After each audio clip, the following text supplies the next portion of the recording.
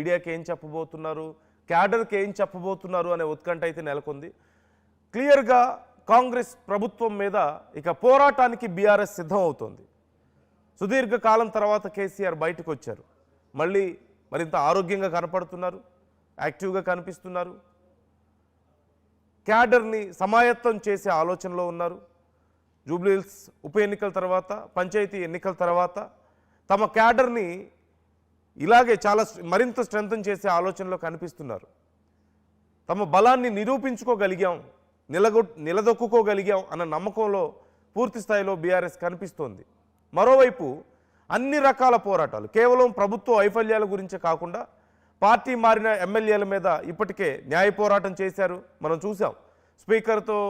స్పీకర్కి ముందు రిక్వెస్ట్ చేశారు. స్పీకర్ ఏమీ నిర్ణయం తీసుకోకపోవడంతో, ఎటు తేల్చకపోవడంతో కోర్టు వరకు వెళ్ళి కోర్టు ఆదేశాలతో మొత్తం మీద వాళ్ళ విషయంలో కొంత చలనం కనిపిస్తోంది. మరోవైపు పంచాయతీ ఎన్నికల్లో కూడా 150 స్థానాలకు పైగా మా అభ్యర్థుల్ని మీరు ఓడించారు, రీకౌంటింగ్ పేరుతో అంత గందరగోళం సృష్టించారు, ఆ విషయంలో కూడా న్యాయ పోరాటం మేము చేస్తామన్నారు. మరోవైపు జూబ్లీహిల్స్ ఉప ఎన్నికల్లో కూడా చేయగలిగినంత ఫైట్ చాలా బలంగా చేశారు. గతంలో మేమే ఆల్టర్నేటివ్ అని చెప్పుకున్నటువంటి బీజేపీ ఇప్పుడు 3వ స్థానానికి పడిపోయింది. చాలా వీక్గా కనిపిస్తోంది, పోటీ ఇవ్వలేని పరిస్థితి. మరోవైపు ఒకప్పుడు 3వ స్థానం మీరు అని గేలి చేసినటువంటి బీఆర్ఎస్ ఇప్పుడు 2వ స్థానానికి ఎగబాకింది. చాలా బలంగా ఆల్టర్నేటివ్గా ఇప్పుడు కనిపిస్తోంది. అధికార కాంగ్రెస్కి చాలా బలమైనటువంటి పోటీ ఇవ్వగలుగుతుంది. ఇలాంటి పందానే కొనసాగించి ఇంతకంటే బలంగా ఫైట్ చేస్తే ఖచ్చితంగా రాబోయే ఎన్నికల్లో ఫలితం తమకు అనుకూలంగా ఉంటుందని బీఆర్ఎస్ నమ్ముతోంది. ఖచ్చితంగా గెలుపు తమదేనంటూ నమ్ముతోంది. సో మీరేమనుకుంటున్నారు? అలాగే ఆర్టీవీ అడిగినటువంటి ప్రశ్నకు చాలామంది రెస్పాండ్ అవుతున్నారు. కేసీఆర్ మళ్ళీ సీఎం అవుతారా అంటే 88% మంది అవునంటున్నారు, ఛాన్స్ లేదంటూ 12% మంది అంటున్నారు. అంటే ఎక్కువ శాతం మంది 88%, ఆల్మోస్ట్ 90% కేసీఆర్ మళ్ళీ సీఎం అవుతారని నమ్ముతున్నారు. ఆర్టీవీ అడిగిన ప్రశ్నకు చాలామంది సమాధానం ఇస్తున్నారు. So what is your opinion about this? KCR మళ్ళీ సీఎం అవుతారా? బీఆర్ఎస్ బలంగా కనిపిస్తోందా? కేసీఆర్ రాకతో బీఆర్ఎస్ మరొకసారి మరింత ఉత్సాహంగా పోరాటానికి సంసిద్ధం అవుతుందా?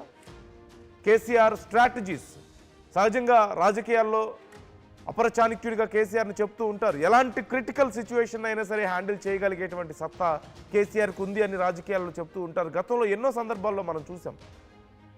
ఇప్పుడు మరొకసారి అలాంటి ఒక స్ట్రాటజీని కేసీఆర్ అమలు చేయబోతున్నారా?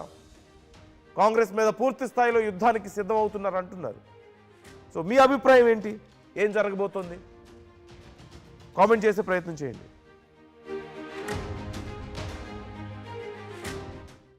గులాబీ బాస్ తిరిగి క్యాడర్ని సమాయత్తం చేయబోతున్నారా? గులాబీ బాస్ మొత్తం మీద మరొకసారి ప్రజల్లోకి రాబోతున్నారా అనే ప్రశ్న వస్తే అవుననే సమాధానం వినిపిస్తోంది. కాంగ్రెస్ పై ఇక పూర్తి స్థాయిలో ఫైట్కి బీఆర్ఎస్ సిద్ధమవుతోంది. అన్ని రకాలుగా, ఎన్ని రకాలుగా వీలైతే అన్ని రకాలుగా ఫైట్ చేయడానికి బీఆర్ఎస్ సమాయత్తం అవుతుంది. గులాబీ బాసే స్వయంగా ఇప్పుడు క్యాడర్ని గైడ్ చేయబోతున్నట్లుగా తెలుస్తోంది. చాలా రోజుల తర్వాత కేసీఆర్ మరొకసారి బయటకు వచ్చారు. మీరు స్క్రీన్లో చూస్తున్నటువంటి ఆ వీడియో ఇప్పుడు కొత్తగా కేసీఆర్ ఫామ్ హౌస్ నుంచి బయటికి వచ్చి తెలంగాణ భవన్కు చేరుకున్నప్పటి వీడియోని మీరు చూస్తున్నారు. ఆయన కొంత వీక్గా కనిపిస్తున్నారు గతంతో పోలిస్తే. కొన్ని ఆరోగ్య సమస్యలు, అలాగే గతంలో కాలికి అయినటువంటి సర్జరీ, వీటన్నిటి తర్వాత పూర్తి స్థాయిలో ఆయన కోలుకొని మరొకసారి క్యాడర్ని మరింత యాక్టివ్ చేసే ఆలోచనలో ఉన్నట్లుగా తెలుస్తోంది. ఆయన హైదరాబాద్ వచ్చారు, తెలంగాణ భవన్కి చేరుకున్నారు. అక్కడి క్యాడర్తో ఇన్వాల్వ్ అవుతున్నటువంటి పరిస్థితి కనిపిస్తోంది. ఉన్నటువంటి ఎమ్మెల్యేలు, ముఖ్యమైన నాయకులందరితో భేటీ అవబోతున్నారు. పూర్తి స్థాయిలో క్యాడర్ని ఎలా సమాయత్తం చేయాలి? కాంగ్రెస్పై కేసీఆర్ ఇప్పటికే మాస్టర్ ప్లాన్ రెడీ చేస్తున్నారట. కాంగ్రెస్ వైఫల్యాలను ప్రజల్లోకి తీసుకెళ్లేలా కేడర్ను దిశానిర్దేశం చేయబోతున్నారు.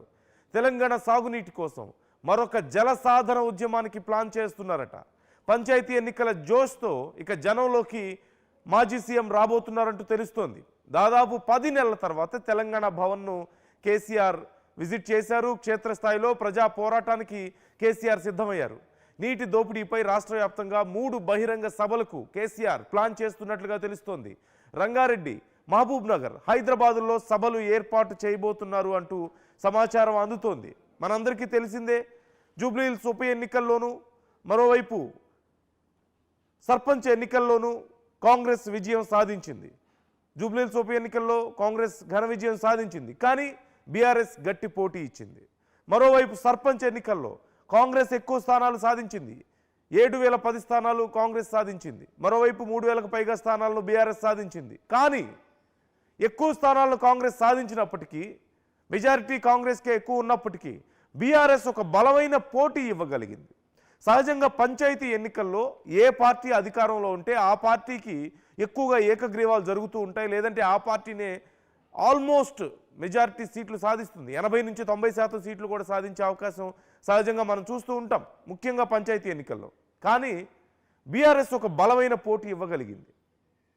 కాంగ్రెస్ ఒక 60% స్థానాల వరకు సాధించగలిగితే 30% స్థానాలను బీఆర్ఎస్ సాధించగలిగింది.